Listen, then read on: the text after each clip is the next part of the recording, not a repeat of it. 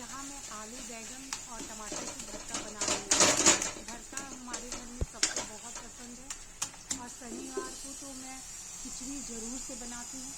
इधर खिचड़ी बनी है और इधर भरता बना रही हूँ। और लंच में मैंने कल बनाया था और आज के लंच में बनाया मैंने खिचड़ी, भरता, सलाद, दही, दही भरता, और अचार। सैलेड और अचार। कहते भी हैं खिचड़ी के तो 4 आज का सैटरडे का ये लंच है। अचार पापड़, शायद ऐसे ही। फ्रेंड्स, आज मैं एक ट्रिक आप लोग के साथ शेयर कर रही हूँ। हो सकता है कितने लोग जानते भी होंगे और कितने ऐसे जो नहीं भी जानते होंगे। जैसे करवा चौथ के दिन में जैसे ही ईयरिंग पहनने गई, मेरे कान के होल बहुत बड़े हो गए थे। तो एक ट्रिक मैं ये कर रही हूँ। मेरे पास ये पुरानी बड़ी सी बिंदी रखी हुई है। मैं इतनी बड़ी बिंदी लगाती नहीं हूँ, मुझे गिफ्ट में मिली है, तो मैं इसका यूज कर रही हूँ। ये देखिए, ये दिखाती हूँ। इसके पहले पेज को हम लोग निकाल लेंगे। ये पेज को मैं निकाल चुकी हूँ। ये देखिए, ये पेज निकला हुआ है। अब इसमें एक बिंदी जो है वो इस तरह से इसमें ये करूँगी, लगाऊंगी।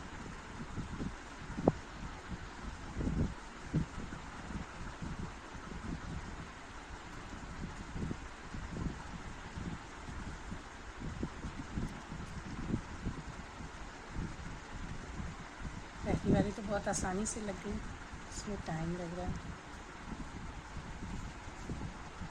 इसको इसमें अंदर ले जाना है। हाँ, ये चला गया। अब देखिए, इसको ऐसे करना। फिर एक बिंदी और निकालेंगे।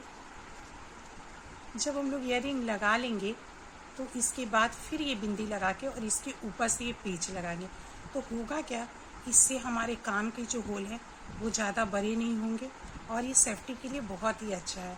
तो मैं यही हैक यूज़ कर रही हूँ, आप लोग भी करके देखिएगा।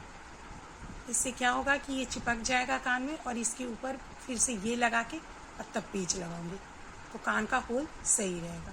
थैंक्स। जल और यहाँ मैं आ गई हूँ करवा चौथ की कथा सुनने के लिए।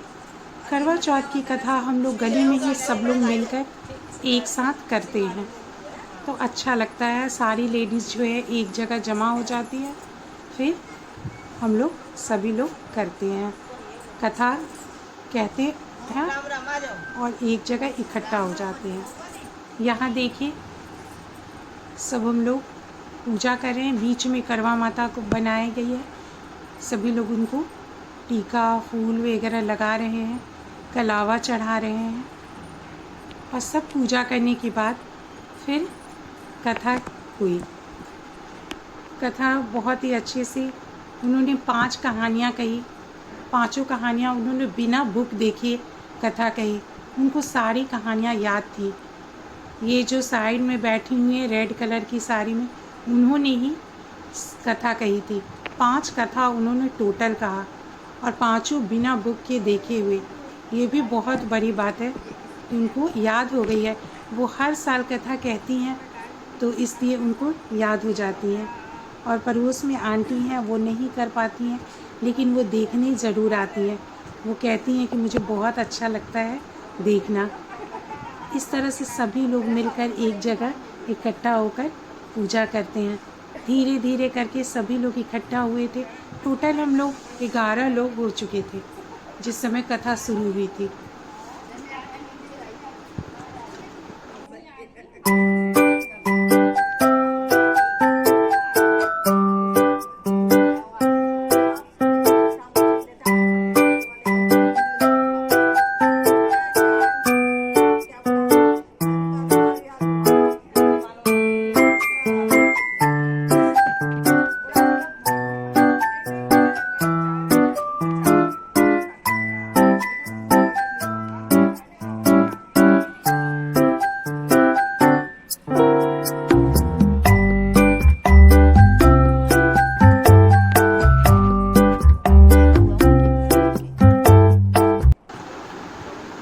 और सब लोग प्रसाद वगैरह चढ़ा रहे थे।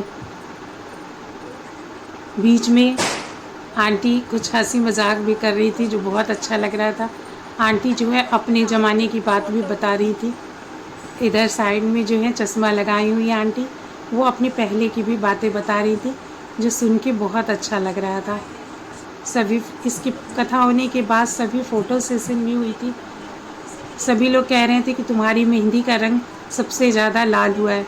तो मैं बताई कि आजकल तो मेहंदी में केमिकल मिला रहता है, सबकी मेहंदी लाल हो जाती है। फिर भी सब कह रहे थे कि तुम्हारी मेहंदी सबसे ज़्यादा लाल हुई है। मैं कह रही थी सबसे ज़्यादा केमिकल लगता है मेरी मेहंदी में ही मिली हुई है। फिर हम लोग बहुत हंसे भी थे।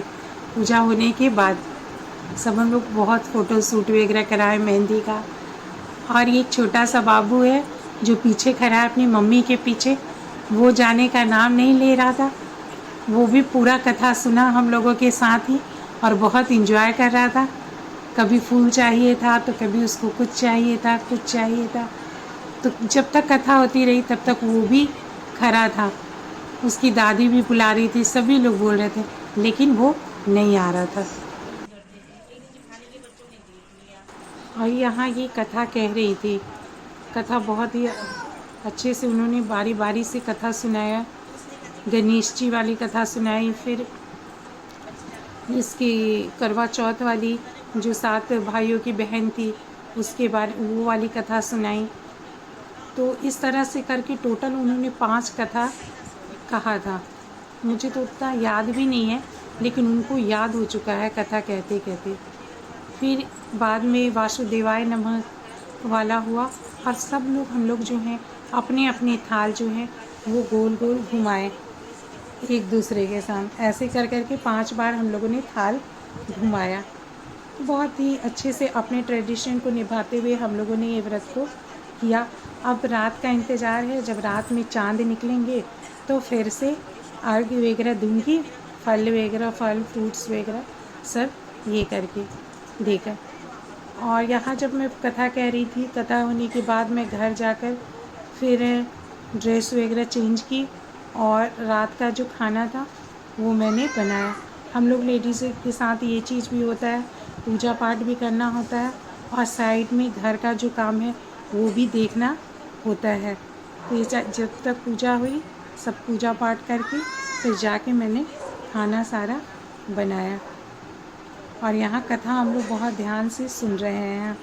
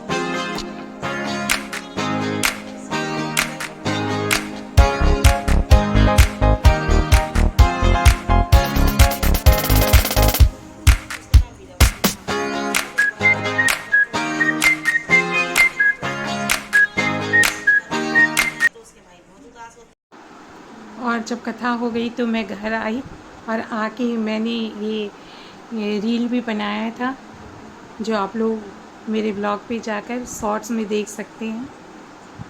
बहुत ही अच्छा, मुझे वो गाना बहुत ही पसंद है। मैं शुरू से जब स्कूल टाइम में थी तभी से ये गाना मुझे बहुत ही पसंद आता था। पुराने गाने मुझे ज़्यादातर पसंद आते हैं, नए गाने में थोड़ी थोड़ी सी गाने जो हैं वो ठीक लगते हैं। फिर मैंने रील वगैरह बनाया और अपना जो टीका है उसको एडजस्ट किया था। ये नथ भी बहुत सुंदर सा लग रहा था। नथ बड़ा सा मैंने कभी ट्राई नहीं किया था, ये पहली बार मैंने बड़ा सा नथ पहना था। नहीं तो मेरी जो नथ है शादी की वो भी छोटी सी है, लेकिन ये नथ मैंने जानबूझ के इस बार बड़ा लिया कि करवा चौथ में बड़ा सा नथ पहन के मैं ट्राई करके देखती हूँ कि फेस पे कैसा लगता है। फिर अब तो जो इसके बाद खाना पीना बनाया और अब तो रात का है कि रात में तैयार होके फिर चाँद को अर्घ देंगी, पूजा पाठ करूँगी। और इधर मेरे पति देव बात कर रहे हैं फ़ोन पे और यहाँ मैं रील बना रही हूँ।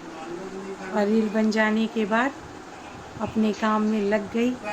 ये होता है ना कि इतने सारे ज्वेलरी वगैरह पहन के काम तो हो नहीं पाता है।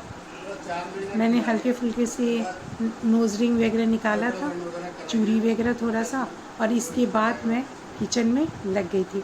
बाकी का आपको अगले ब्लॉग में देखने को मिलेगा। जय करवा माता।